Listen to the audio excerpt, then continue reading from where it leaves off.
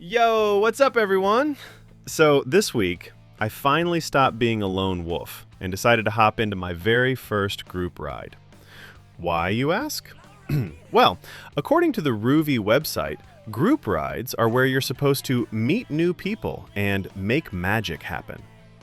Honestly, I've just been getting way too bored staring at my own shadow. It's been getting a little lonely on these solo grinds lately. So, yeah, my expectations are basically through the roof.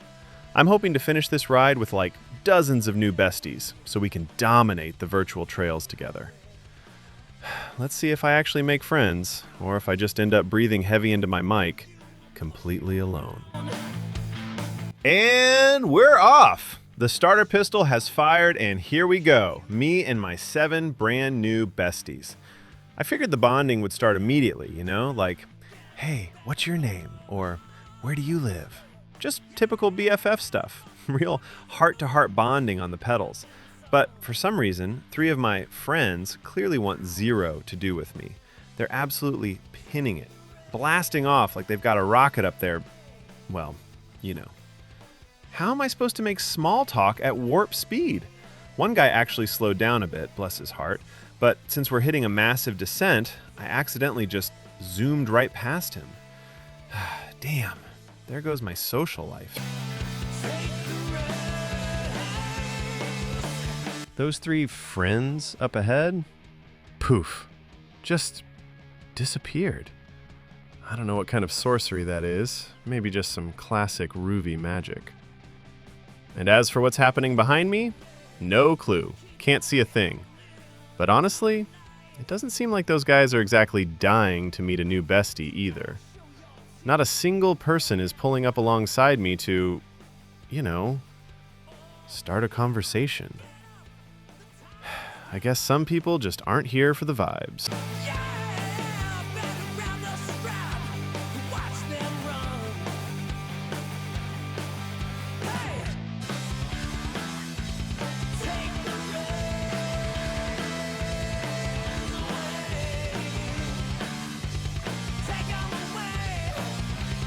So, since I'm officially flying solo again, I guess it's time to switch back to my default cruise mode.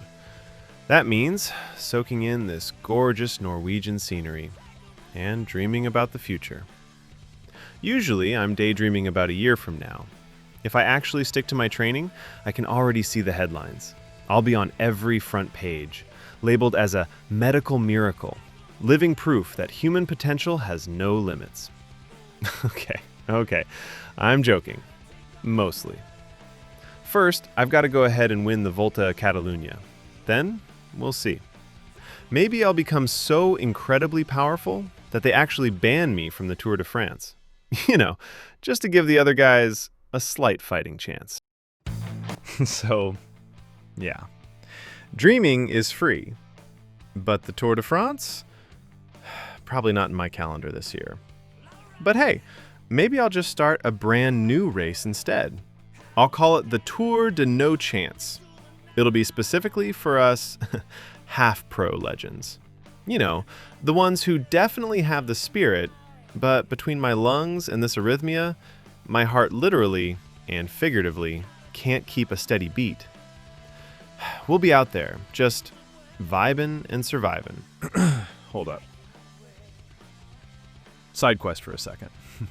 Just like in the real world, Rouvy has its fair share of, let's call them, sketchy characters.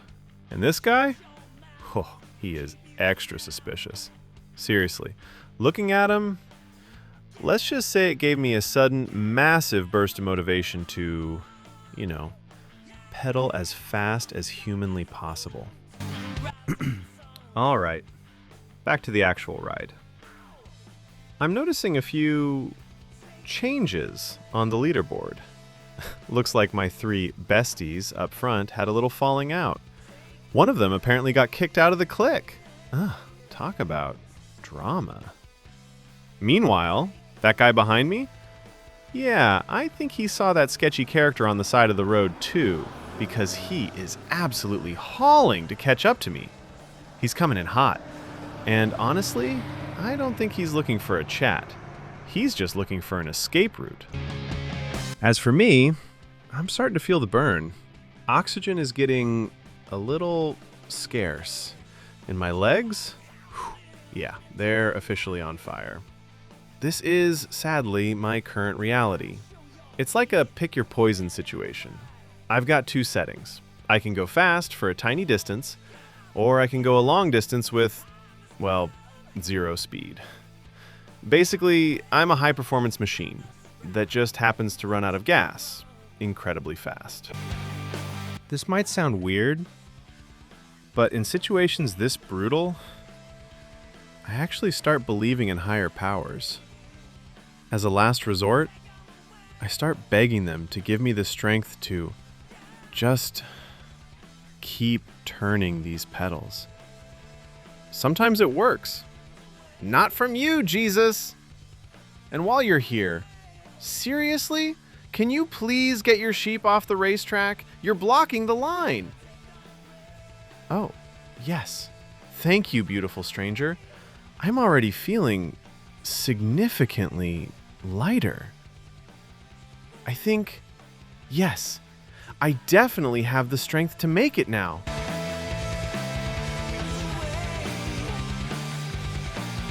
Okay, quick update. That divine intervention thing? Yeah, absolute lie. That didn't help me one bit. In reality, I still taste the copper in my throat. And my legs? They're officially on fire, like I just pedaled straight into a bonfire. And just to make me feel even worse about my life choices, the guy behind me has cranked up the heat. Seriously, I can practically feel his hot breath on the back of my neck. Where do some people get this kind of power? I'm going to be honest with you guys. A few minutes ago, when I saw that other friend up ahead, I actually thought about chasing him down. Looking back now, that was a monumentally stupid idea. Like, seriously dumb. 6 kilometers to go, and right now, I'm just really hoping I have enough fuel left to actually reach that damn finish line. Honestly, this route is actually pretty flat. On paper, it's a breeze. But these micro climbs, they are absolutely draining my battery. When your lungs decide to, well, stop providing oxygen, you're basically riding on pure, unfiltered willpower. Remember at the start when I was dreaming about winning the Tour de France and being a medical miracle? Yeah, scratch that. The headlines I'm seeing in my head right now are more like I'm dead serious. Every single one of these tiny little bumps in the road feels like Satan's handiwork. It's like the universe is specifically designing these inclines just to break my spirit. All right, enough whining. The finish line is finally right there. So, what did I actually learn from this grand group ride experiment? First off, there was no group. It was basically every man for himself out there. New friends? 0. Absolutely none. It was nice seeing those potential BFFs at the starting line, because that is literally the only memory I have of them. Communication? Also 0. Not a single word was exchanged. But let's be real. By the second half of the ride, I was too busy fighting for air to actually, speak. But would I do another group ride? Absolutely. I'll probably be back out here next week. Why? Because, honestly, a little bit of competition really makes you push your limits. So, bottom line, I'm stoked with this ride. Even if I ended up totally alone, as a workout, it was totally worth it. See you guys on the next episode.